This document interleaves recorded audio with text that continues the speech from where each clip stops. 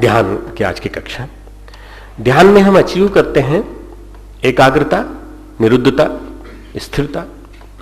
चार चीजें अचीव करना चाहते हैं ध्यान में हम। ध्यान के अचीवमेंट्स, ध्यान के टारगेट्स चार हैं: एकाग्रता, कंसंट्रेशन, निरुद्धता, योग चित्तवृत्ति निरोध, निरुद्धता, स्थिरता, stability of mind. Concentration and stability of mind, these two are different words. Stability of mind, स्थिरता। चौथा है भाव चेतना का ऊर्ध्वगमन, कॉन्शियसनेस का ascent of consciousness. Shri Aurobindo जिसको बार बार बताते हैं कि ascent of consciousness should be our target. भाव चेतना का ऊर्ध्वगमन, यह हमारे लक्ष्य होना चाहिए। कई बार लोग क्या मान बैठते हैं कि एकाग्रता ही ध्यान है। तो मैंने आपको बताया था ना कि अर्जुन ने भी तो एकाग्रता की थी, अर्जुन ने तीर चलाया था, परंतु वो योगी क्यों नहीं बन पाया? क्योंकि वो एकाग्रता के साथ तन्मयता नहीं सीख पाया, भाव चेतना का एसेंट करना नहीं सीख पाया, ऊर्ध्वगमन नहीं सीख पाया। तो भाव चेतना के ऊर्ध्वगमन के लिए भगवान कर्म और भक्ति और ज्ञान का उसको सम्मिश्रित एक डोज दे रहे हैं, एक उसको काढ़ा पिला रहे हैं, कर्म योग का, ज्ञान योग का, भाव योग का, बाकायदा एक सही अनुपान के साथ। गुरुदेव ने एक वाक्य कहा है, ज्ञान का अनुपान संवेदना है। अनुपान किसको कहते हैं मालूम है ना? होलिस्टिक हेल्थ वाले जानते होंगे। अनुपान है ना व्हीकल। जड़ी बूटी कैसे लेते हैं? शहद के साथ, अदरक के रस के साथ, या जल के साथ, या दूध के साथ, या मलाई के साथ, है ना? ये सही ये सब चीजें क्या है? अनुपान है। तो अनुपान वर्ड समझ में आ जाए तो ज्ञान अगर संवेदना के साथ लिया जाएगा तो बहुत जल्दी अंदर घुस जाएगा।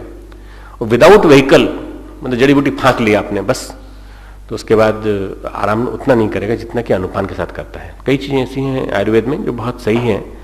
इसीलिए भगवान जो है यहां गीता में भाव पे बहुत ज्यादा ध्यान देते हैं।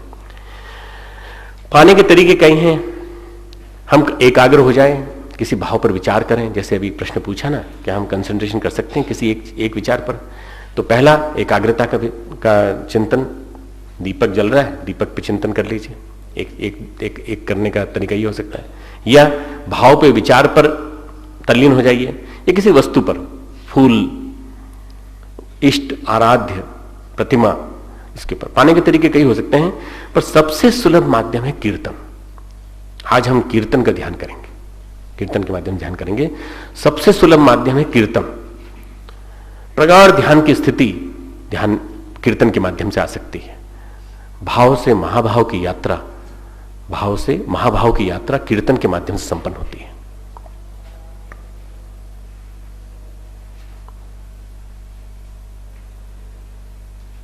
इसमें भाव चेतना ध्यान की प्रगाढ़तम स्थिति को प्राप्त होती है, स्वयं प्राप्त कर लेती है। कोई प्रयास भी नहीं करना पड़ता। अगर कोई कीर्तन का रोज अभ्यास करे, अब आज का ध्यान सुनने के बाद थोड़ा विवेक के साथ चलना, क्योंकि अगर सुनने के बाद सबके सब महाकाल के पास जाके कीर्तन करने लगे तो फिर वो हो जाएगा कि यहां तो सब बाबा जी बनाया जाता है और कीर्तन कराया जाता है। नहीं, कीर्तन कब किया जाए, कैसे किया जाए, इसकी पूरी व्याख्या है इसमें विस्तार से। कीर्तन ध्यान के सफलतम प्रयोग, कीर्तन रूपी ध्यान के सफलतम प्रयोग चैतन्य महाप्रभु ने किए हैं। चैतन्य महाप्रभु ने सफलतम प्रयोग किए हैं और वास्तव में कीर्तन से उन्होंने ध्यान को उच्चतम अवस्था में पहुंचाया। भगवान श्री रामकृष्ण परमहंस कहा करते थे, कीर्तन से, रामकृष्ण परमहंस कहा करते थे, कीर्तन से वायु का ऊर्ध्वगमन होता है। जो हमारी प्राणवायु है उसका ऊर्ध्वगमन होता है, कुंडलिनी जागरण होता है, भाव में चुंबकत्व आ जाता है, हमारी भाव संवेदनाओं में चुंबकत्व आ जाता है, प्राण हमारा ऊर्ध्वगामी होने लगता है, प्राण ऊर्जा हमारी ऊर्ध्वगामी होने लगती है।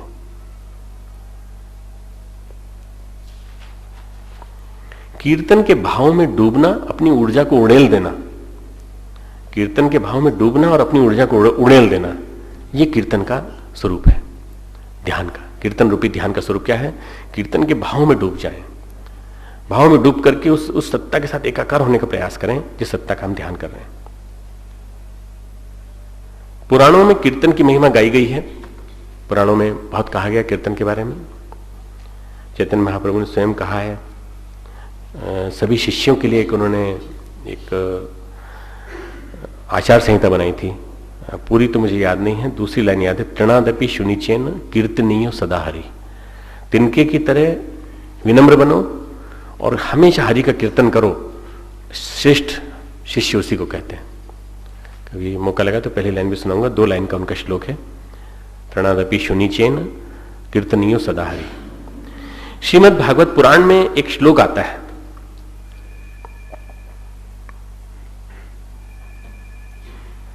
कलौ दोष निधे राजन,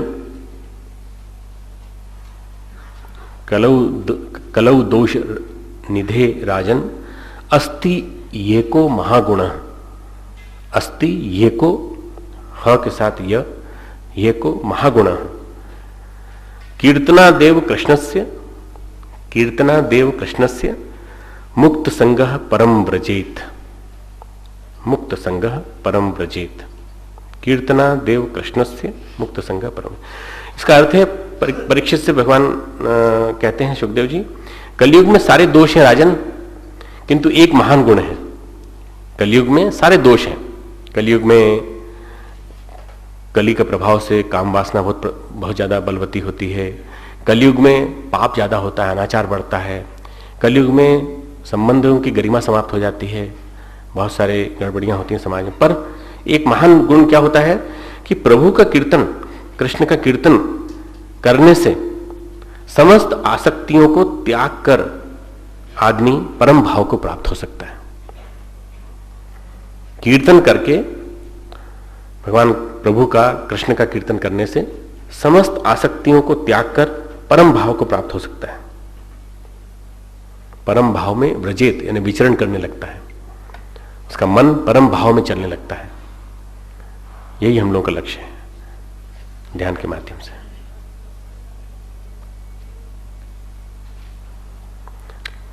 थोड़ी तुलना करें, विभिन्न प्रकार की विधियां हैं। प्रचलित विधियों में हम आत्मावलंबन प्राप्त करते हैं।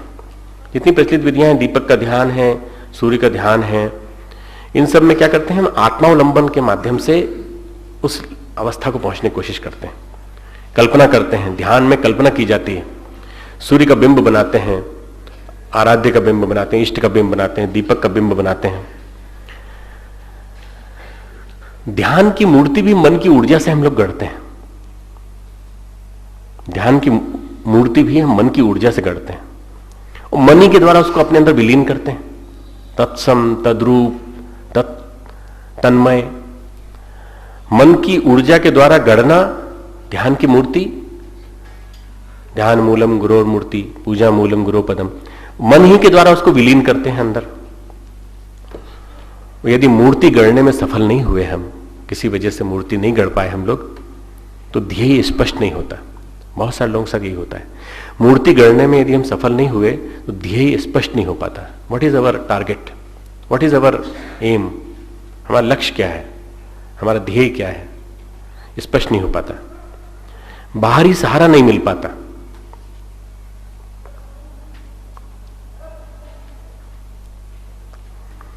बिखरे मन से हम बिंब की रचना भी सही ढंग से नहीं कर पाते। बिखरे हुए मन से हम बिंब की रचना भी सही ढंग से नहीं कर पाते। ऐसे में ध्यान कष्ट साध्य हो जाता है, ऐसे में ध्यान कष्ट साध्य हो जाता है।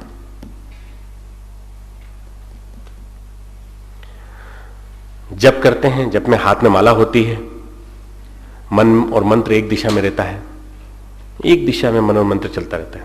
कभी मौका लगेगा तो न्यूरो एनाटॉमी के माध्यम से, अभी ये कन्वोकेशन बीत जाए उसके बाद न्यूरो एनाटॉमी और एनाटॉमी के बारे में क्लासेस लेने का मन है, योग वालों की, मनोविज्ञान की, और सभी की, अगर सभी का सीखने का मन हो तो सभी की। न्यूरो एनाटॉमी में अगर देखें तो हाथ का जो जप करने वाला हिस्सा है, ये 4-5 उंगलियां, ये 3 उंगलियां, 4 उंगलियां, और हमारा जो वाणी वाला हिस्सा जिससे हम उपांशु जप करते हैं, इसका मस्तिष्क में सबसे ज्यादा रिप्रेजेंटेशन है, 50 to 60% रिप्रेजेंटेशन है। और जिसका हम सबसे ज्यादा दुरुपयोग करते हैं, पेरिनियल ऑर्गन्स, सेक्सुअल ऑर्गन्स, उनका रिप्रेजेंटेशन है केवल 5 to 10% बस। तो भगवान भी क्या चाहता है, ज्यादा से ज्यादा हम भगवान के काम में लगें, लिखें, पढ़ें, मनन करें, माला करें, जप करें। भगवान भी ये चाहते हैं कि रिप्रेजेंटेशन है ब्रेन में। इसका बाकायदा एक स्कीमेटिक डायग्राम है जो मैं बताऊंगा तुमको, और मैंने नहीं बनाया, वो ग्रेज एनाटॉमी के बाद लिखने के बाद जिसने एनालिसिस की है उसने, पेनफील्ड ने, उसने इलेक्ट्रोड के माध्यम से बनाया। माला एक अवलंबन बन जाती है जप करते समय, माला एक अवलंबन बन जाती है। माला नहीं होगी तो हम भटक जाएंगे, इसलिए माला होना बहुत जरूरी है।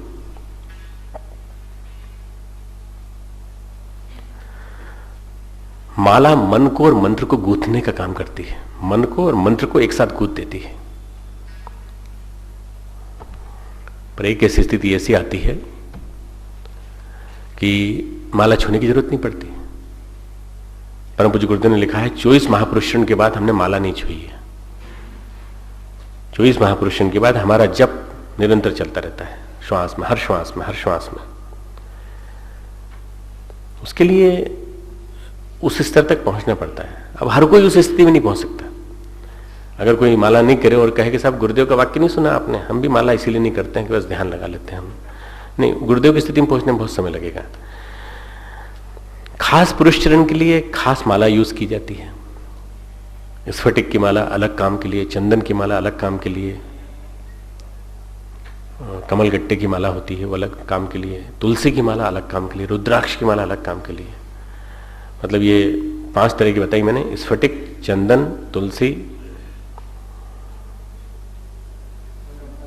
कमलगट्टे का बनता है, रुद्राक्ष का बनता है, इस तरह से बनता है। इन सबको करते करते, इनमें से किसी एक को भी करते करते जप में भटकते भटकते भी मन लग जाता है। अगर जप कोई कर रहा है तो भटकते भटकते भी मन लग जाए। इसीलिए शायद अनिर्वाण ने कहा जपात सिद्धि, जपात सिद्धि, जपात सिद्धि न संशय। जप करते जाओ, जप करते जाओ, सिद्धि मिलेगी, संशय की कोई बात मत रखो इसमें। नियमितता और निरंतरता 2 चीजें जप में बहुत जरूरी है, नियमितता और निरंतरता। और 2 जो मैं हमेशा बताता हूं, श्रद्धा और विश्वास। मतलब 4 चीजों के बाद जब सार्थक होता है, श्रद्धा, विश्वास, नियमितता, निरंतरता के चलते मन बराबर लग जाएगा आपका। अगर आप 3000 गायत्री मंत्र नियमित रूप से करते हैं, 3000 गायत्री मंत्र का मतलब 30 माला, या 1000 करते हैं 1 वर्ष तक, 2 वर्ष तक, तो ध्यान की भाव दशा में सहज पहुंच जाएंगे। ध्यान की भाव दशा में सहज पहुंच जाएंगे। बस वो 4 चीजों का ध्यान रखना है, श्रद्धा, विश्वास, नियमितता, निरंतरता। ये 4 चीजें हैं तो जप में भी सिद्धि आ सकती है। और यदि ये भी नहीं कर पाता आदमी तो मुश्किल है फिर तो इसलिए जप में एक अवलंबन है माला का। ध्यान में तो अवलंबन भी नहीं है, मन की ही शक्ति से, मन की ऊर्जा से, मन के बिंब को बना करके मन में ही विलीन करना पड़ता है। बहुत लोग नहीं कर पाते अगर मन बिखरा हुआ हो तो। बच्चा वॉकर से चलता है, पर जब यूनिवर्सिटी जाता है तो वॉकर लेके तो नहीं जाता। कब तक चलता है? थोड़े दिन तक चलता है, उसके बाद छोड़ देता है, वॉकर फेंक देता है। एक एज आती है तो कहते हैं भाई वॉकर से जाओ ना तुम स्कूल। अरे माँ क्या बात करती है, मैं बड़ा हो गया हूं, अब मुझे जरूरत नहीं है वॉकर की। शुरू में उसके द्वारा चलना संभव नहीं है, उसको खड़ा होने के लिए जरूरी है, तो वॉकर पकड़ लेता है, चलता है। इसलिए वॉकर माला है, माला से शुरुआत करें। और ध्यान में जिसे हम याद करते हैं, याद की प्रगाढ़ता, जब तक लक्ष्य अपना निर्धारित नहीं हुआ उसके बाद उस ध्येय को याद करके याद की प्रगाढ़ता, उसके साथ बिताए हुए क्षणों की प्रगाढ़ता, प्रगाढ़ मन करो, प्रगाढ़ यादें, ध्येय के प्रति जिससे हम प्यार करते हैं उससे लगाव डेवलप करें। गायत्री माता, लगाव डेवलप करें उसके सौंदर्य के प्रति, उसके मातृत्व के प्रति। गुरुदेव का ध्यान करते हैं, गुरुदेव के स्नेह के प्रति, पितृत्व के प्रति, उनके श्रेष्ठ आदर्शों के प्रति। माता जी से प्यार करते हैं, माता जी के प्रति। और शिव से प्यार करते हैं, शिव के प्रति। जिससे भी प्यार करते हैं उसी से ध्यान लगेगा। प्यार जिससे नहीं करते पर ध्यान नहीं लग पाता। ध्येय वस्तु हमारी नहीं हो, जैसे आज बदल दी कल बदल दी दूसरी, हम हर हफ्ते नया ध्यान बताते ना, तो लगता होगा कि हम उस पर ध्यान लगाते, इतने में नया ध्यान बता दिया, तो भाव पनप नहीं पाते। तो इसमें ढेर सारे हम ध्यान बता तो रहे हैं, पर इनमें से जो अच्छा लगे उस पर फिर टिक जाना। ध्यान की व्याख्या तो सुनो, पर ध्यान कई तरह के बता रहे हैं। अब ऐसा नहीं कि एक हफ्ते इसको करेंगे, एक हफ्ते इसको करेंगे, जो अच्छा लगे उस पर टिक जाना। भाव नहीं पनप पाते, बिंब भी मन में नहीं रह पाता। कीर्तन में कोई असुविधा नहीं है, कीर्तन में आराम से भाव पनप जाते हैं, भाव विकसित हो जाते हैं, और जिसको हम याद करते हैं, जिसकी हम स्मृति रखते हैं, वो तुरंत याद आ जाता है। कीर्तन में दो चीजें होती हैं, मंत्र और शब्द। मंत्र और शब्द। शब्द शब्द ब्रह्म जिसको कहा गया है, जिसमें कि लय है, ताल है, गति है, यह अंतस को स्पंदित कर देता है। अंतस को स्पंदित करके मन को स्थिर करने का काम कर देता है, मन को तल्लीन करने का काम कर देता है। प्रभु का नाम ही अपने आप में पर्याप्त है। प्रभु का जब नाम लेते हैं कीर्तन में, तो वो अपने आप में पर्याप्त है। मधुर संगीत है जो भाव चेतना को एक प्रकार से रूहानी स्तर पर ले जाता है। मधुर संगीत आत्मा को रूहानी स्तर पर ले जाता है, अपने आप में हमारी आत्मा को परमात्मा में घुलने की प्रक्रिया को सार्थक कर देता है। इसलिए कीर्तन की महिमा गाई गई है।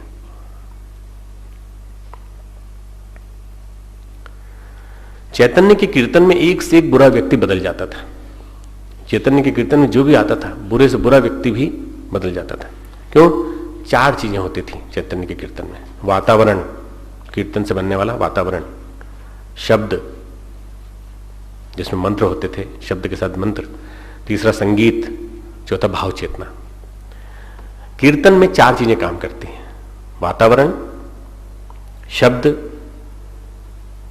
लयबद्ध मंत्र, ब्रैकेट में कर लें, तीसरा संगीत, लय में लयबद्ध तालबद्ध, और चौथा भाव चेतना। वातावरण अपनी जगह महत्वपूर्ण है। वातावरण देखिए, मरघट का वातावरण, मरघट के वातावरण में सहज जाते ही वैराग्य होने लगता है, और जैसे ही वहां से हटे वैराग्य हट जाता है। कई लोग जाते हैं मरघट में तो वो कहते हैं कि ऐसा लगता है कि बस अब जीवन क्षण भंगुर है, हमें भी अब जल्दी से जल्दी भगवान को याद करने के लिए समय निकालना चाहिए। बाहर निकले तो फिर घर की याद आने लगती है, काम की याद आने लगती है, खाने पीने की याद आने लगती है। वातावरण जहां कीर्तन का होता है, जहां वाइब्रेशंस होते हैं, शांति कुंज में प्रवेश करते ही आदमी के चिंतन में, वातावरण में वाइब्रेशंस ऐसे आ जाते हैं कि उसका मन लगने लगता है।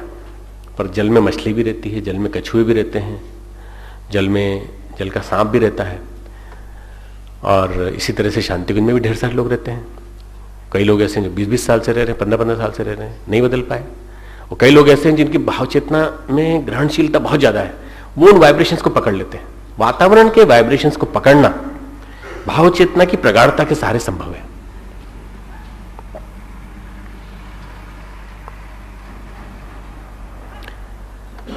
कीर्तन के माध्यम से भाव चेतनाओं को प्रगाढ़ बनाया जा सकता है। कीर्तन के माध्यम से भाव चेतनाओं को प्रगाढ़ बनाया जा सकता है, जो स्वतः ही वातावरण की सृष्टि कर लेता है।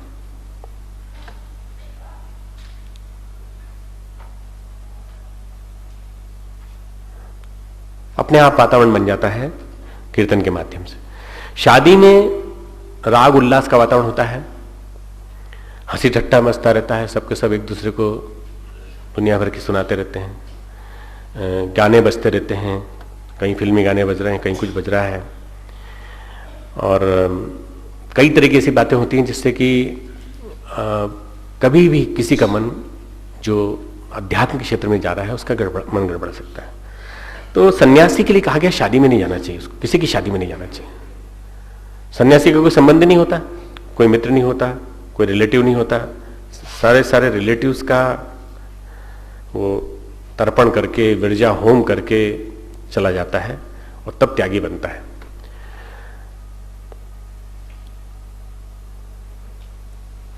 क्यों? क्योंकि सन्यासी को देख के कहीं वर वधू को वैराग्य पैदा ना हो जाए, और वर वधू को देख करके, वातावरण को देख करके सन्यासी नहीं फिसल जाए। दोनों चीजों को देख करके दोनों गड़बड़े, सोना सन्यासी को राग पैदा हो गया और वर वधू को विराग पैदा हो गया, बड़ी मुश्किल हो जाएगी। इसलिए एक विधान है कि सन्यासी को नहीं जाना चाहिए। एक कहानी सुनाता हूं छोटी सी। एक सेठ जी ने, श्रेष्ठी ने बुद्ध को आमंत्रित किया। बुद्ध से कहा कि ये लड़की तो आपकी गोद में खेली है। सुगत नाम का श्रेष्ठी था, उसकी लड़की बुद्ध की बड़ी अच्छी परम भक्त भी थी और बड़ी जल्दी ध्यान में चली जाती थी। बुद्ध ने कहा इसकी शादी कर दो। उसकी शादी होने वाली थी, गोद में खेली थी बुद्ध के। तो बुद्ध बोले मैं किसी की शादी में जाता नहीं हूं। बोले आप आइए। बोले गड़बड़ हो जाएगी फिर। अगर मैं आया तो गड़बड़ हो जाएगी। बुद्ध बोले हम आएंगे तो फिर शादी नहीं होगी, फिर कुछ और हो जाएगा, फिर जो हो उसके लिए तैयार है ना। तो सुगत ने कहा हम तो तैयार हैं। बारात पहुंची, साथ में बुद्ध भी पहुंचे। अब वर जो था बारात पहुंचते ही लड़की बड़ी सुंदर थी, आसक्त मन की दृष्टि से देख रहा था। श्रृंगार रस की कल्पनाएं, राग की कल्पनाएं उसके मन में आ रही थी। विवाह के बाद ये लड़की हमारे साथ रहेगी, इसकी बात मान लो ध्यान लग गया हो, मान लो बरसात की नदी में एक तिनका बह गया हो, ऐसा उसका मन उसमें लग गया था पूरी पूरी। इस तरह से उसका न होश उसको कि बुद्ध आए हैं, बुद्ध के साथ इतने सारे भिक्षु आए हैं, उसका मन किसी तरफ नहीं गया। मानो ध्यान लग गया हो, उसको आगे कुछ नहीं दिख रहा था। बुद्ध का पहुंचना, भिक्षुओं का आना दिखाई नहीं। अब लड़की जो थी वो चूंकि बुद्ध से हिली मिली थी और बुद्ध को जानती थी, उसने प्रणाम किया। उसको बड़ा बुरा लगा कि हमारा पति, होने वाला पति, इसको शिष्टाचार भी नहीं है। शिष्टाचार की वश कम से कम बुद्ध को सबने प्रणाम किया, इसको तो प्रणाम करना चाहिए। हम ही को गुरे जा रहा है, टकर टकर टकर मुकर, हमारी पोती है, हम उसको गोद में खिलाते हैं तो टकर टकर हमको ही देखती रहती है। वो छोटी छोटी सी आंखें उसकी, तो हम ही को देखते रहते हैं। हम कहते हैं क्या देख रही तो हमारे अंदर, उसको देखती रहती है आंखें ऊपर किए हुए। ऐसे ही वो जो लड़का था वो लड़की को देखे जाए टकर मकर पूरी तरह से। तो बुद्ध जो है उनको बुरा नहीं लगा, उन्होंने हंसे। बुद्ध बोले इसने तिरस्कार नहीं किया है, अगर हमारा सम्मान नहीं किया, तिरस्कार नहीं किया है, ये खोया हुआ है, ये भाव में खोया हुआ है। किसके भाव में खोया हुआ है? इस लड़की के सौंदर्य के भाव में खोया हुआ है। तो लड़की बोली ऐसे व्यक्ति के साथ जीने से क्या फायदा जो हमारे बहिरंग के सौंदर्य में खोया हुआ है? ऐसे व्यक्ति के साथ जीने से क्या फायदा, ऐसी शादी करने से क्या फायदा, क्या ये आपको देखेगा नहीं? तो बुद्ध बोले देखेगा। ये संवाद चल रहा है पर वो लड़का जो है लड़की को देखे जा रहा है। देखते ही, बुद्ध बोले देखते ही, आंख खुलते ही ये शांत हो जाएगा। इसका भाव जो है परम भाव की स्थिति में चला जाएगा।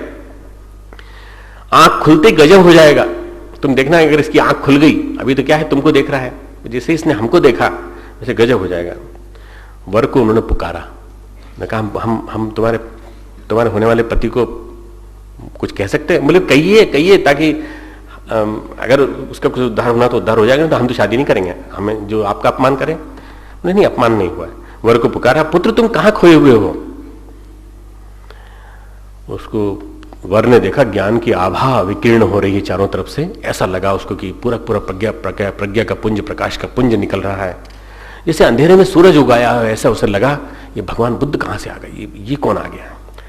जहां राग रंग और रूप की नदी बह रही थी, जहां श्रृंगार रस बह रहा था, वहां शीतलता का साम्राज्य संव्याप्त हो गया।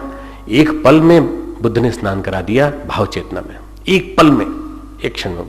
पुत्र तुम कहां खोए हुए हो, इतना बोलते ही उसे बुद्ध में वो चुंबकीय आकर्षण नजर आने लगा जो उसकी पत्नी, होने वाली पत्नी के आकर्षण से 10 गुना, 100 गुना, 1000 गुना बड़ा था। उसे लगा कि इससे 100 गुना, 1000 गुना बड़ा आकर्षण तो इधर है। उसने बुद्ध की बातें सुनी। दोनों ने, वर वधू ने शादी से मना कर दिया, हम शादी नहीं करेंगे, अब हम अंधेरों में वापस नहीं जाएंगे। बुद्ध हंसे, देखिए हमने कहा था ना हमारा आना मुश्किल पैदा कर देगा। लड़की और लड़के ने बुद्ध से दीक्षा ली और वहां से बारात आई थी, सब कुछ सजा था, परंतु वहां से रवाना हुए 2 भिक्षु, बुद्धम शरणम गच्छामि, संघम शरणम गच्छामि। अब ये चमत्कार वातावरण का है। महापुरुष जहां होते हैं अपने आप वातावरण बनाते हैं। शादी के राग रंग के वातावरण की सृष्टि होती है, ऐसे ही कीर्तन में महाभाव की सृष्टि होती है। जैसे कीर्तन में राग रंग की सृष्टि होती है, ऐसे ही कीर्तन में, शादी में राग रंग की सृष्टि होती है वातावरण की, ऐसे कीर्तन में महाभाव की सृष्टि होती है। अब जब शादी की बात आई तो मैं एक बात और बता दूं। 1979 की बात है, मैं 78 में आ गया था शांति कुंज, 77 में आ गया था। 79 में एक शादी थी हमारे पिताजी के बड़े भाई साहब के लड़के, मेरे ताऊ जी के लड़के की शादी। वो पहली शादी थी मेरे आने के बाद। लोगों को ऐसा ना लगे कि हम लोगों ने सब दुनिया से वैराग्य ले लिया है, इसलिए पिताजी ने चिट्ठी लिखी कि तुमको आना चाहिए। हमने गुरुदेव से कहा, गुरुदेव ने कहा बिल्कुल जाओ, शादी में जाना, जाओ, तुम्हारी इच्छा है जरूर जाओ। मतलब उन्होंने ये नहीं कहा कि मेरी इच्छा है, तुम्हारी इच्छा है जरूर जाओ। मैं चिन्मय था 3 साल का, जी हम सब लोग पहुंचे और शादी में गए। तो शादी में हमारा मन नहीं लगा, बिल्कुल मन नहीं लगा। मतलब न जाने क्यों सब आके एक ही बात पूछ रहे, कैसा लग रहा है तुमको आश्रम में, कैसा है। अब हम भले पेंट शर्ट पहने थे शादी में,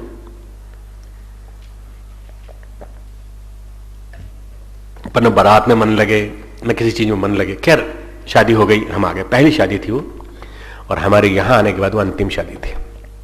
वहां से यहां आने के बाद गुरुदेव ने कहा, बेटा तुमको कैसा लगा शादी में जाने के बाद?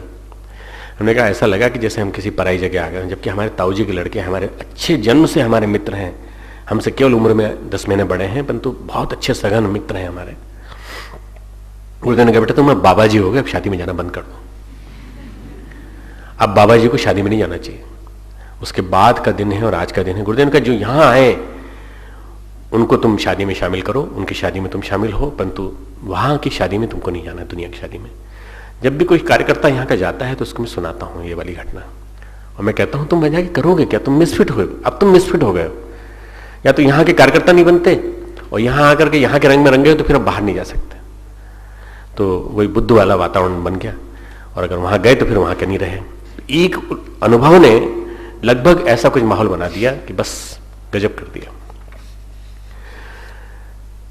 बुद्ध ने जैसा वातावरण बनाया ऐसा कीर्तन से बनता है। बदमाश लुटेरे चैतन्य के कीर्तन में आते थे, साधु बन गए।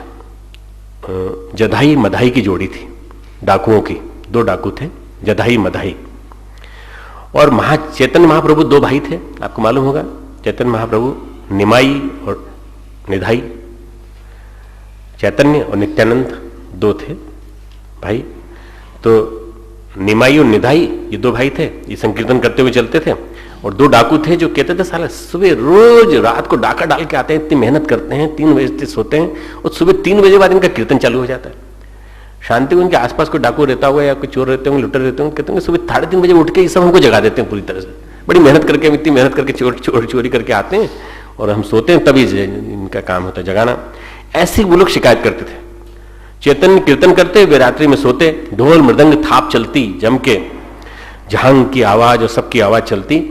हल्ला मत किया करो, हम तुमसे कहने आए हल्ला मत किया करो, हम तुम्हें मारेंगे। जब भी संकीर्तन करते मारने आ जाते। मारने में कभी सफल तो नहीं हो पाए। तो चैतन्य महाप्रभु बोले कम से कम हरिबोल तो बोल दिया करो, कम से कम हरिबोल तो बोल दिया करो। बोले नहीं हमसे नहीं बोलते बनेगा। एक बार वो चले गए। कीर्तन में उनको रस लाने के लिए चैतन्य देव ने एक प्रयोग किया। चैतन्य देव ने क्या किया? उन्होंने कहा आदमी को 2 प्रकार के रस पसंद है, एक रस खाने का और एक रस वासना का। खाने का रस और वासना का रस।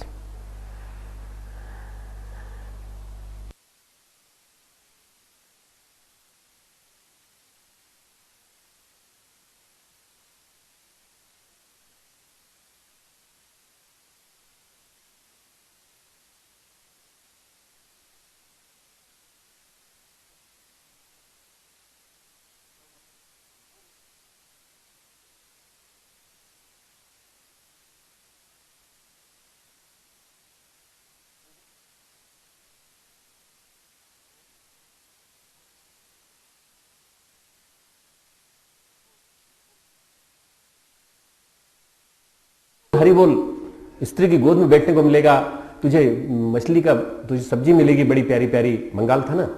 बोल हरि बोल, बोल हरि बोल। बोलते बोलते दोनों के दोनों डाकू नित्यानंद के और चैतन्य महाप्रभु के शिष्य बन गए। बोलते बोलते यहां से संकीर्तन आरंभ किया। बंगाल को कीकट प्रदेश, कीकट देश कहा जाता था। कीकट देश चैतन्य महाप्रभु के पहले। और ये कहा जाता था तीर्थ यात्रा करके आए हो तो कीकट देश मत जाना, फिर से तीर्थ करने जाना पड़ेगा। बंगाल और उत्कल देश उस समय बराबर एक ही माना जाता था। बंगाल आज जो बांग्लादेश है वो, जो पश्चिम बंगाल है वो, और जो उड़ीसा है, ये पूरा मिलाकर के बंगाल कहा जाता था। आज भी बंगाल की और उत्कल की कल्चर एक ही है। चैतन्य देव ने बंगाल उड़ीसा को, दोनों क्षेत्र को प्राणवान बना दिया अपने कीर्तन द्वारा। और ऐसा बना दिया कि अगर कोई बंगाल नहीं गया तो उसकी भक्ति निरर्थक है। अगर कोई भक्त, इसलिए नामदेव भी गए, ज्ञानेश्वर भी गए, तुकोराम भी गए, बंगाल सब होके आए। क्यों? क्योंकि चैतन्य ने उसको जीवंत कर दिया। चैतन्य ने प्रभु की लीला को जीवंत कर दिया। कहां से क्या पैदा कर दिया चैतन्य ने, भक्तों के साथ कीर्तन करके हरि बोल, यहां से उन्होंने कीर्तन आरंभ किया था। जनता की पसंद की 2 बातें बोली, आदमी की पसंद की 2 बातें बोली और उनकी पसंद की बात बोल करके उन्होंने अपनी हरि बोल बीच में लगा दिया। बस उसी से हरि बोल, भगवान का नाम लेने का एक मौका मिल जाए तो आदमी फिर उसके बाद उसी दिशा में चलने लगता है। नदिया नवद्वीप का गौड़ीय संप्रदाय उन्होंने बनाया, प्रवर्तन किया। नदिया जिसको नवद्वीप कहा जाता है, नदिया डिस्ट्रिक्ट जो है कोलकाता के नॉर्थ में है, गौड़ीय संप्रदाय बनाया उन्होंने चैतन्य ने, जो आधा बांग्लादेश में है आधा बंगाल में है। और न जाने कितने जीव गोस्वामी, रूप गोस्वामी जैसे उनके भक्त निकले, 2 भक्त निकले जिन्होंने इस संप्रदाय को आगे बढ़ाया, कितने भक्तों को प्रेरित किया, सभी परम भक्त बनते चले गए। ध्यान और कीर्तन में एक चीज कॉमन है, ध्यान और कीर्तन में एक चीज कॉमन है, क्या? देह का बोध न होना। देह का बोध दोनों में गायब हो जाता है। देह का बोध समाप्त हो जाता है, देह से परे चलने लगता है आदमी। बाकी सब चीजों में देह का बोध बना रहता है, माला में भी देह का बोध बना रहता है, ध्यान में देह का बोध चला जाता है, देह का होश नहीं रहता। देह का होश रहता तो मच्छरों की चादर लपेटे कैसे विवेकानंद ध्यान कर सकते थे। कीर्तन की 4 पद्धतियां शास्त्रों में बताई गई हैं। एक है हनुमदीय पद्धति, 4 पद्धतियां बताई गई। हनुमदीय पद्धति, हनुमान जी के नाम पे हनुमदीय पद्धति। परम भक्त थे हनुमान जी, रामचंद्र जी के, उछलते कूदते थे धुन में, तो उछलते कूदते लयबद्ध तो नहीं थे, कभी एक पांव गिरा इधर, कभी एक पांव उधर गिरा। ऐसे काका जी बता देंगे हमारी कैसे हनुमदीय पद्धति थी। कौन सा गाना गाते हो? भ्रम के भटकावे छोड़ो, कुछ नाम प्रभु का ले लो। तो हनुमदीय पद्धति पूरी खुश होकर नाचना, खूब प्रसन्न होकर के नाचना, हाथ कैसे चल रहे हैं मालूम नहीं, पैर कहां चल रहे हैं मालूम नहीं, पर हनुमदीय पद्धति में हनुमान जी का डांस जब चलता है तो हाथ में खड़ताल दिखाई जाए। हनुमान जी का एक चित्र देखा होगा, हाथ में खड़ताल है, भगवान रामचंद्र जी का चिंतन, कोई रोक टोक नहीं है इसमें। यह हनुमदीय पद्धति है और हनुमदीय पद्धति का संकीर्तन भी अच्छा माना गया है। अभी होता क्या है कि आदमी जो है कभी मतलब ध्यान में बाधक क्या बनता है, कभी चींटी काट रही, कभी कुछ काट रहा है, हमें देह बाधा पैदा कर रही है, कभी ऊर्जा बह रही है, कभी बहाव पनपने के बाद ऊर्जा बिखर रही है, सिर खो जाते हैं, कभी पीठ पर हाथ मारते हैं जब ध्यान करते हैं ना, मन नहीं लगता जब। तो ये जो है कीर्तन में नहीं होता। कीर्तन में जब संकीर्तन करते हैं तो देह को भूल जाते हैं, कीर्तन में देह को भूल जाते हैं, पूरी तरह से देह को भूल करके कीर्तन। शांतिकुंज में बहुत छोटा था शांतिकुंज, बस वहीं तक था जहाँ तक अभी कदम के पेड़ हैं, उसके बाद खेत थे सारे हम जब आए थे तब। और ऊपर की 3री मंजिल पर एक आदमी ठहरा हुआ था, शिवरात्रि वहीं ठहरते थे वशिष्ठ विश्वामित्र और जमदग्नि अत्रि उस वाले ब्लॉक में। तो ऊपर एक आदमी को हनुमदीय भाव आया, रात को कीर्तन करने लगा, जोर से कूदा ऊपर से, बोले मुझे हनुमान जी आ गए मेरे ऊपर। तो नीचे कूदा तो वो क्या हुआ कि टेंट में उलझता नीचे गिरा, तो उसकी हड्डी मैंने देखा उसको, तो डॉक्टर के नाते मैं देखने गया था, तो फ्रैक्चर इतना सा हल्का सा, मैंने कहा इतनी ऊंचाई से गिरा तो क्यों बच गया? गुर्दे से पूछा मैंने कैसे बच गया, मर जाना चाहिए था इसको। तो बोले वो हनुमान जी का कीर्तन कर रहा था ना इसलिए बच गया। बच गया। दूसरा संकीर्तन है शांभवीय कीर्तन संकीर्तन। शांभवीय, शंभू के नाम पर शांभवीय। हमारी एक बिटिया है शांभवी, है ना। शांभवी नाम किससे पड़ा? शंभू से पड़ा। भगवान शिव नटराज हैं, भगवान शिव नटराज हैं, सारी विद्याओं के परम गुरु हैं।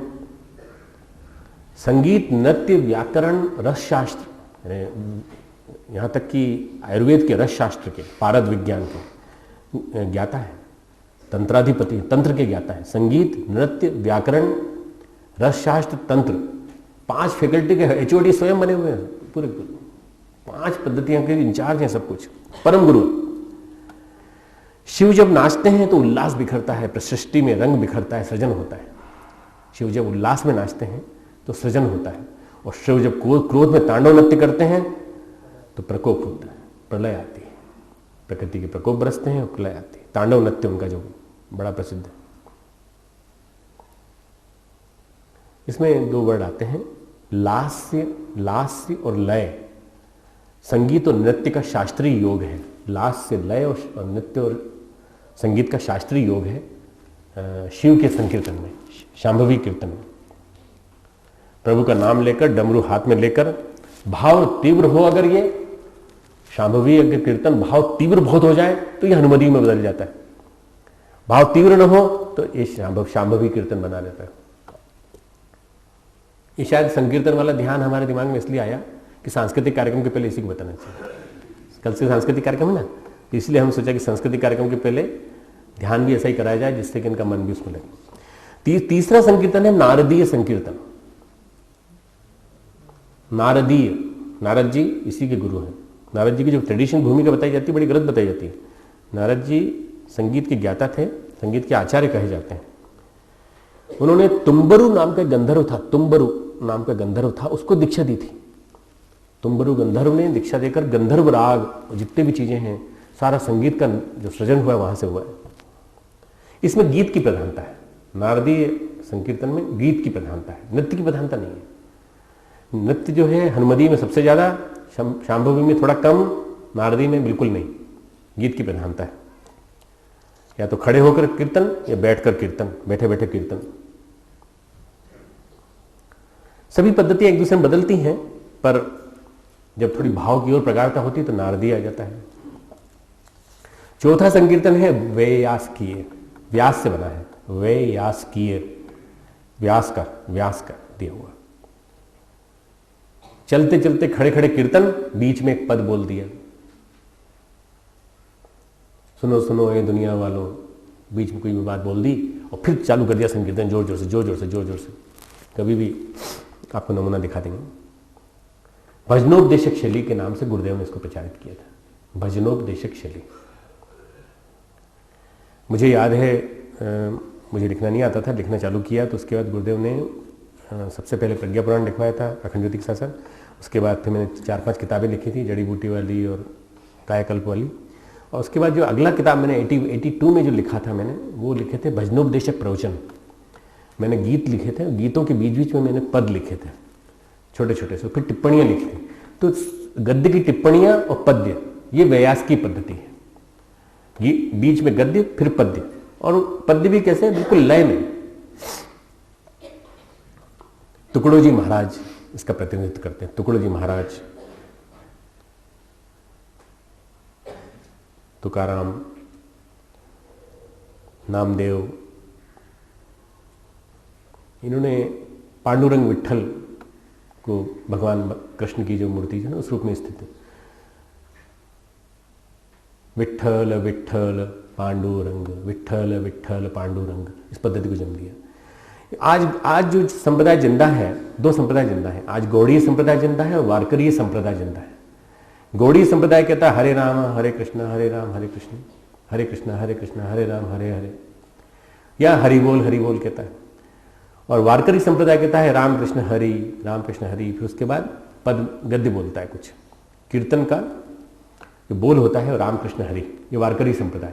वारकरी संप्रदाय दक्षिण भारत में है, महाराष्ट्र में है, और गौड़ीय संप्रदाय उत्तर भारत में है, बंगाल में, उत्कल प्रदेश, उत्तर प्रदेश, इस क्षेत्र में।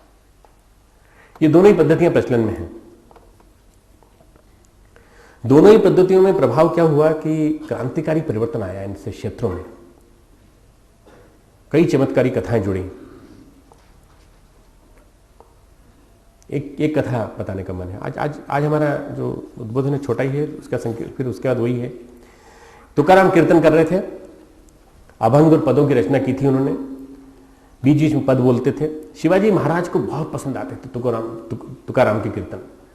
जीवन भर युद्ध किया था उन्होंने, पर उनका एक ही मनोरंजन था, तुकाराम के संकीर्तन सुने, तुकाराम के प्रेरक गद्य सुने बीच बीच में। भक्ति प्रेम अनुराग उनका बहुत था तुकाराम के प्रति। कहीं भी रहते थे, युद्ध करते थे, छापामार युद्ध करते थे, पर तुकाराम के कीर्तन में जरूर शामिल होते थे। कहीं भी रहते थे, तुकाराम के कीर्तन में आ जाते थे और शामिल हो जाते थे, सुन के चले जाते थे। यहां तक कि एक बार उनके मन में यह आया कि तुकाराम को गुरु क्यों न बना लें। तब तुकाराम ने कहा था, नहीं, तुम्हारे गुरु चुने हुए। गुरु is the direct appointment of God. भगवान का सीधा अपॉइंटमेंट है, गॉड भगवान का। तुम्हारे किसी व्यक्ति के लिए गुरु डायरेक्ट अपॉइंटमेंट ऑफ गॉड है। किस व्यक्ति का गुरु कौन होगा, यह सीधा निर्धारण भगवान करता है। तो तुम्हारे लिए समर्थ गुरु रामदास का निर्धारण किया गया है, तुम समर्थ गुरु रामदास से दीक्षा लो। अब ये बात प्रसंग का कथा का आगे बढ़ाते हैं। मुगल सेनापतियों ने सुनते रहते थे कि ये जो मुठभेड़ में लड़ाई लड़ता है छोटा सा शिवाजी, मार देता है और भाग जाता, न जाने कहाँ भाग जाता है, और इतने सारे किले इसने जीत लिए, इसको आखिर पकड़ा कैसे जाए।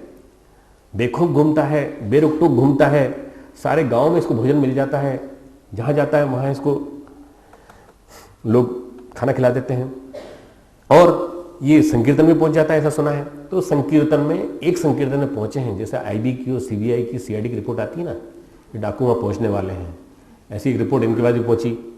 ये शिवाजी उस संकीर्तन में पहुंचने वाले हैं तुकाराम के। तो उन्होंने क्या किया कि मुगलों ने गांव घेर लिया, मुगलों ने, मुसलमानों ने, मुगल सेनापतियों ने गांव घेर लिया, और ये कहा कीर्तन में विघ्न मत डालो, कीर्तन समाप्त होगा वैसे ही हम शिवाजी को पकड़ लेंगे। तुकाराम को पता चल गया। तुकाराम को पता कैसे चल गया? चमत्कारी प्रसंग है।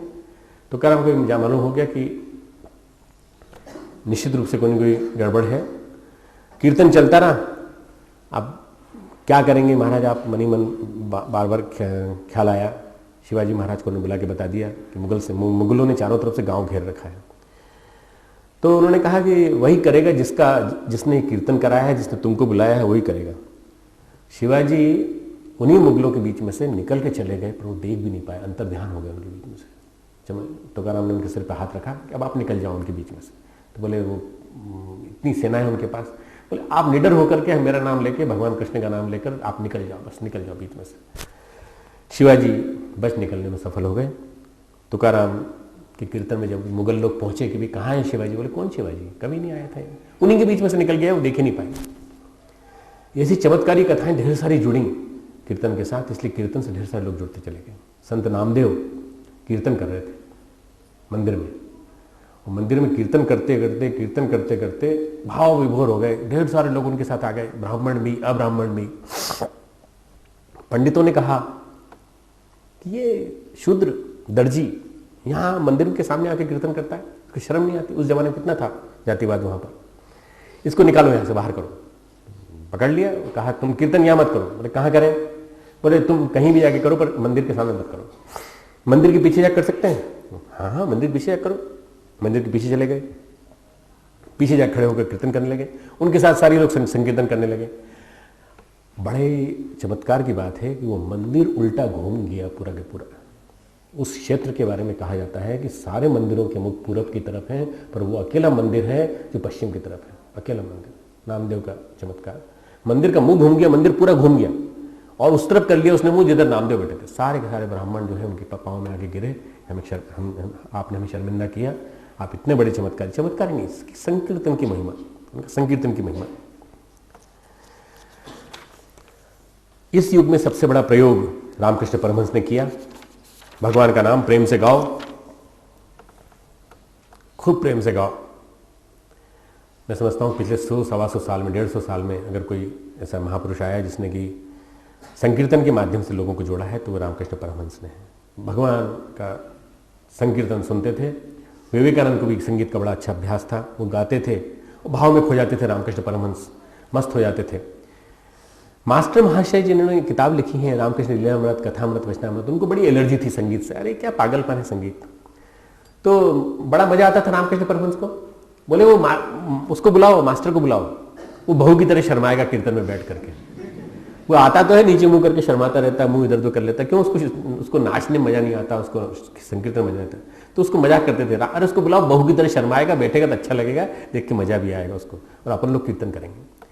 कीर्तन के प्रभाव की गहरी और सूक्ष्म व्याख्या केवल रामकृष्ण परमहंस ने की। वास्तव में उसकी जो पराकाष्ठा होती है, उन्होंने ये कहा कि प्राणायाम से, जैसे हम प्राणवायु को शुद्ध करके कभी कभी ऊर्ध्व कर लेते हैं, उन्होंने रामकृष्ण परमहंस ने कहा जैसे प्राणायाम से हम कभी कभी प्राणवायु को, कभी कभी, इसलिए कहता हूँ प्राणायाम, हर प्राणायाम नहीं होता, प्राणायाम डीप ब्रीदिंग तक सीमित होकर रह जाता है। प्राणायाम से जैसे हम डीप प्राणवायु को शुद्ध करके उसको ऊर्ध्व कर लेते हैं, ध्यान में जैसे चुंबकत्व को सघन कर लेते हैं, कीर्तन में दोनों काम हो जाते हैं। कीर्तन में सहज ही प्राण शक्ति ऊपर जाने लगती है, कीर्तन में सहज ही प्राण शक्ति ऊपर जाने लगती है, सहज स्वाभाविक कुंडलिनी जागरण होने लगती है। रामकृष्ण परमहंस ने लिखा है अपनी कही अपनी बात, सहज स्वाभाविक कुंडलिनी जागने लगती है। कुंडलिनी अगर जाग जाए तो उसका गिरना योग साधक के लिए अधोगामी होता है। योग साधना में लगे हुए आदमी को कुंडलिनी का गिरना उसके लिए एक तरह से मरण के समान है। वासना और विलास में चला जाता है, पीक पे चला जाता है, फिर बर्बाद हो जाता है, भ्रष्ट हो जाता है। इसलिए कीर्तन करने वालों का आचार विचार व्यवहार बहुत सात्विक होना चाहिए। आचार विचार व्यवहार आहार सब कुछ सात्विक होना चाहिए। तप और योग के सारे अनुशासनों का पालन उनको करना चाहिए। कभी भी भाव समाधि आ सकती है, कभी महाभाव आ सकता है।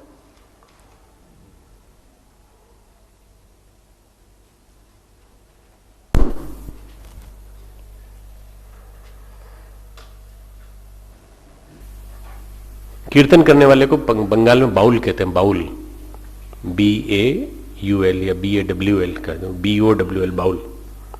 एक तारा बजाता है वो, भाव समाधि कीर्तन में बदलने लगती है।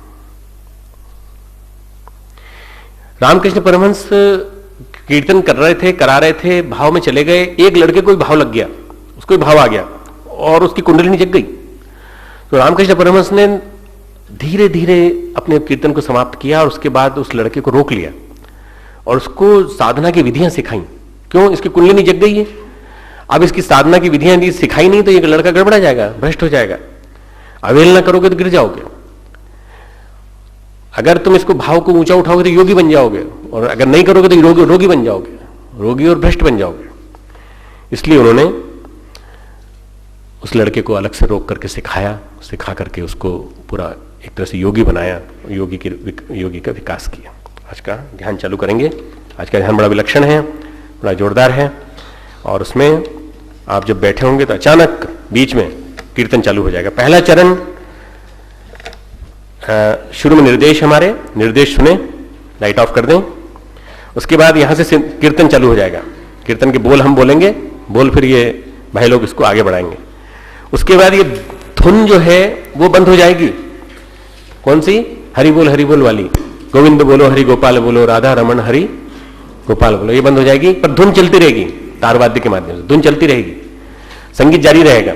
थोड़ी देर बाद वो संगीत भी बंद हो जाएगा।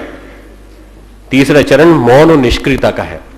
उस मौन और निष्क्रियता में समस्त क्रियाएं बंद करके अपने आप को महाभाव में ले जाना है, विश्राम में ले जाना है। संगीत के बंद होते ही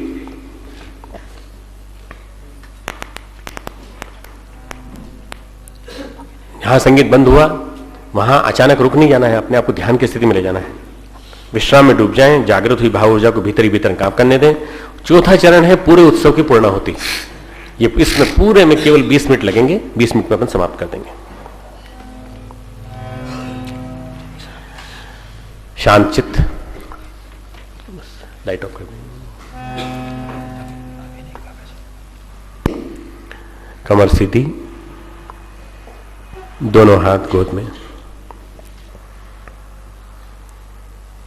सारे के सारी की कामनाएं, वासनाएं, तृष्णाएं शांत, मन पूरी तरह शांत, मन पूरी तरह शांत। तैयारी करेंगे अपने आप की, अपने मन की। मन इधर उधर न खो जाए, मन कल्पनाएं न करने लगे, विभिन्न प्रकार की कल्पनाओं की दौड़, विचारों की दौड़ से, भटकाव से रोकिए, मन को लाइए।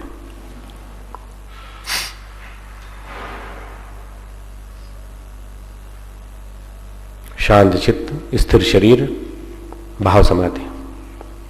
भावनाओं में जाकर समाधिस्थ होना, भाव समाधि। इष्ट का ध्यान, परम पूज्य गुरुदेव का ध्यान, परम वंदनीय माता जी का ध्यान। हमारे आज के इस ध्यान के इष्ट आराध्य चैतन्य महाप्रभु, हनुमान जी, भगवान शिव, नारद या महर्षि व्यास, इन 5 में से और परम पूज्य गुरुदेव में से किसी एक का भी ध्यान केंद्रित करें उस पर। ध्यान उस शब्द पर जो समस्त अंतरिक्ष में संव्याप्त है। समस्त अंतरिक्ष में संव्याप्त शब्द ब्रह्म, वो ध्यान उस नाद ब्रह्म का जो हम सबके जीवन में रस घोल दे, हमारे निष्क्रिय जीवन को रसमय बना दे, अस्पंदित जीवन को स्पंदित कर दे, प्राणवान बना दे। अभी तक हमारे जीवन में उत्सव आया नहीं, अभी तक हमारे जीवन में पूर्णाहुति नहीं हुई, अभी तक हमारे जीवन में आनंद नहीं आया। वो आनंद को लाने के लिए धीरे धीरे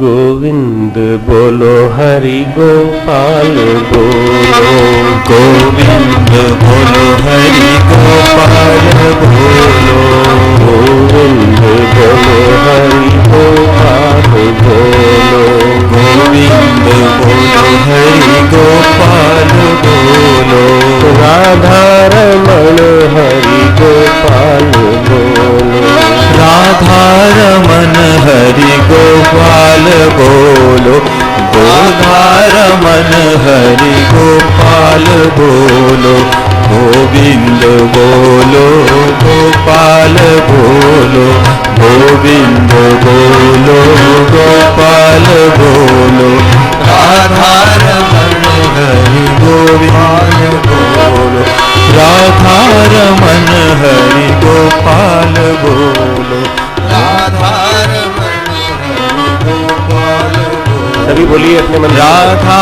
रमण हरि गोपाल बोलो, गोविंद बोलो हरि गोपाल बोलो, गोविंद बोलो गोपाल बोलो, राधा रमण हरि गोपाल बोलो, राधा रमण हरि गोपाल बोलो, गोविंद बोलो गोपाल बोलो, गोविंद बोलो गोपाल बोलो,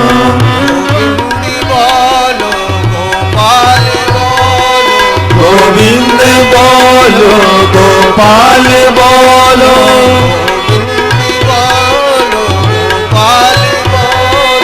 गोविंद बोलो गोपाल बोलो, राधा रमण हरि गोविंद बोलो, राधा रमण हरि गोविंद बोलो,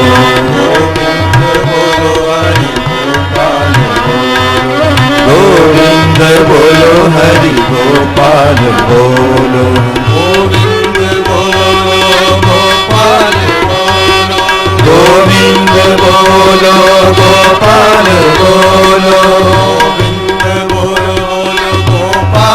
बोलो, गोविंद बोलो गोपाल बोलो, गोविंद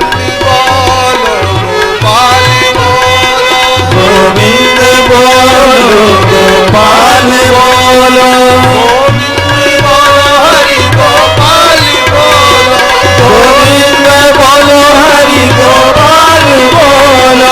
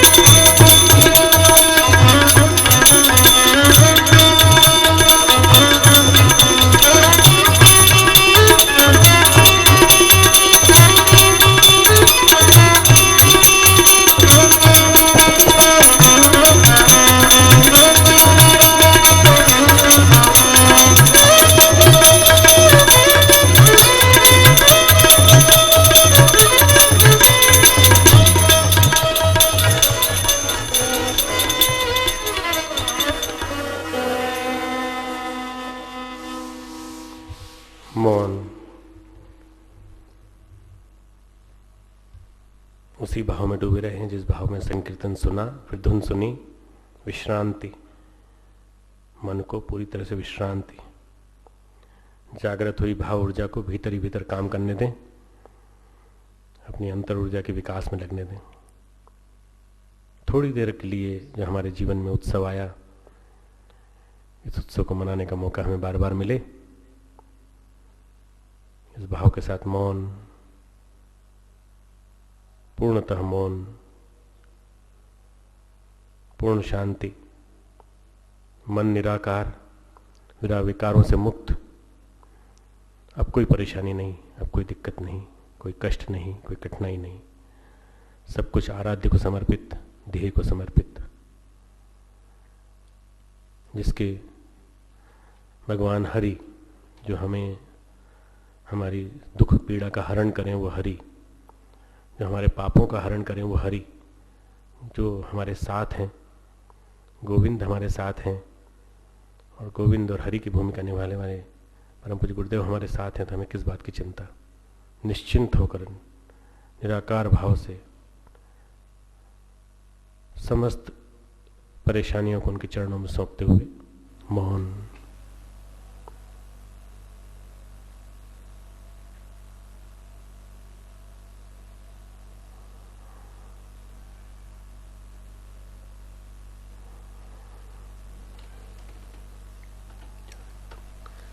पूरे उत्सव की पूर्णाहुति फिर से पुनः उसी भाव के साथ वही संगीत 1.5 मिनट के।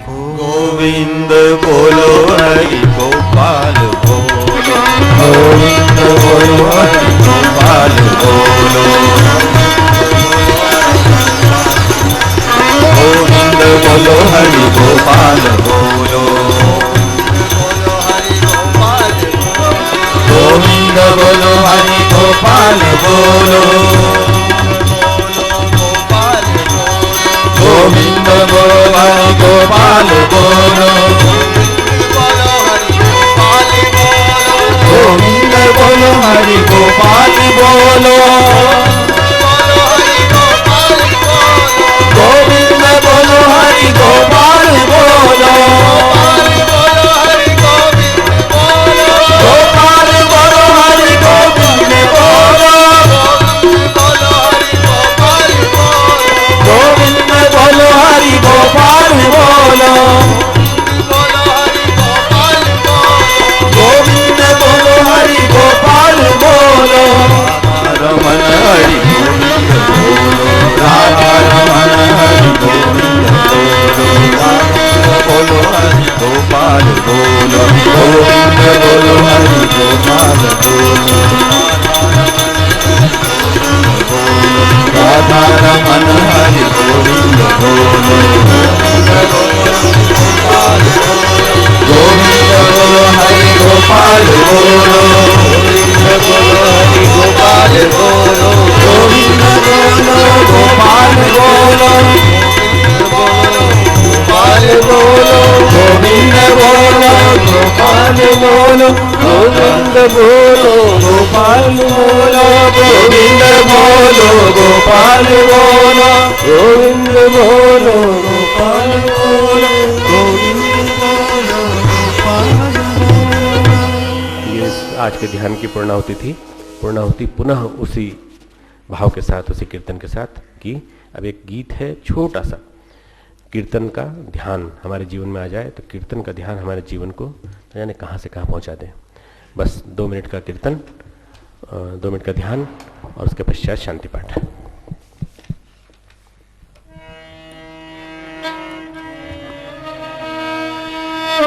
आ जाना बन ध्यान हमारे कीर्तन में, आ जाना बन ध्यान हमारे कीर्तन में, हर जाना माँ प्राण हमारे जीवन में, हर जाना माँ प्राण हमारे जीवन में, आ जाना बन ध्यान हमारे कीर्तन में, आ जाना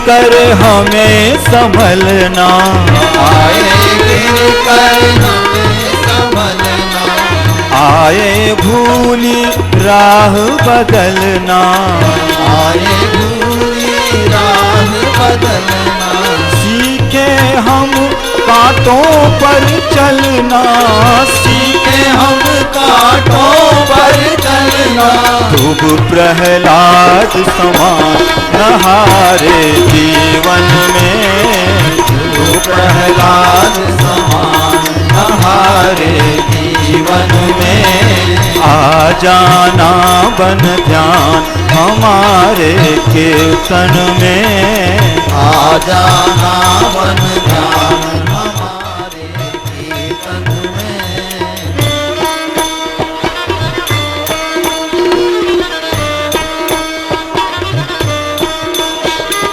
रिद्धि सिद्धि नहीं जगाना, रिद्धि सिद्धि नहीं जगाना, सुचिता समता शक्ति जगाना, समता शक्ति जगाना, तप से मेधा बुद्धि जगाना, तुझे मेरा बुद्धि जगाना, बन जाना वरदान हमारे जीवन में, बन जाना वरदान हमारे जीवन में, आ जाना बन ध्यान हमारे कीर्तन में, आ जाना बन ध्यान हमारे जीवन में, प्रज्ञा माता प्राण जगाना, क्या माता ध्यान जगाना, ज्ञान जगाना ध्यान जगाना, ज्ञान जगाना ध्यान जगाना, दया क्षमा उत्साह जगाना, दया क्षमा उत्साह जगाना, कर जाना कल्याण हमारे जीवन में, कर जाना कल्याण हमारे जीवन में, आ जाना बन ध्यान हमारे कीर्तन में, आ जाना बन ध्यान हमारे जीवन में, हमारे कीर्तन में, हमारे जीवन में। ये कीर्तन हमारे जीवन में ध्यान के रूप में प्रतिष्ठित हो, यही भाव रख करके आज हम विदा होंगे। विशेष शांति पाठ है मुंडकोपनिषद का, जिसमें मुंडकोपनिषद के खंड 2 का 8वां श्लोक है। ये खंड 2 8वां श्लोक हमारे साथ साथ बोलेंगे। जिस प्रकार बहती हुई नदियाँ अपना अपना नाम रूप छोड़कर समुद्र में विलीन हो जाती हैं, वैसे ही ज्ञानी महापुरुष नाम रूप से रहित होकर परात्पर दिव्य पुरुष परब्रह्म परमात्मा को प्राप्त हो जाते हैं। सर्वतोभाव से उन्हीं में विलीन हो जाते हैं। यथा नद्यः स्यन्दमानाः समुद्रे अस्तं गच्छन्ति नाम रूपे विहाय, तथा विद्वान् नाम रूपाद विमुक्तः परात्परम पुरुषम उपेति दिव्यम। ओम शांति शांति शांति। उपनिषद का ये ज्ञान इस कीर्तन के बाद हमारे जीवन में स्थापित हो, इस ध्यान के बाद हमारे जीवन में स्थापित हो। हमारा शांति पाठ। ओम यो शांति अंतरिक्ष शांति पृथ्वी शांति शांति शांति वनस्पतयः शांति शांति ब्रह्म शांति सर्वं शांति शांतिरेव शांति सामा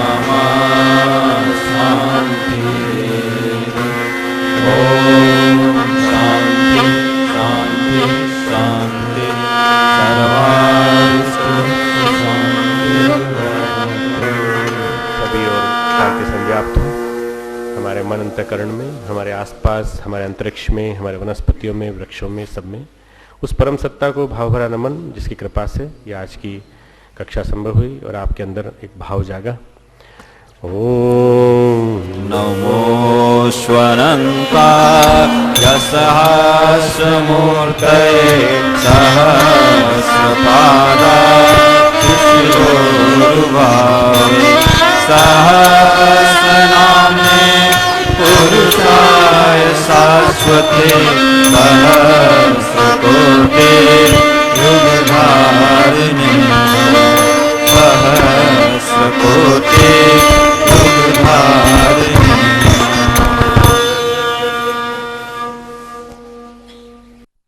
ओम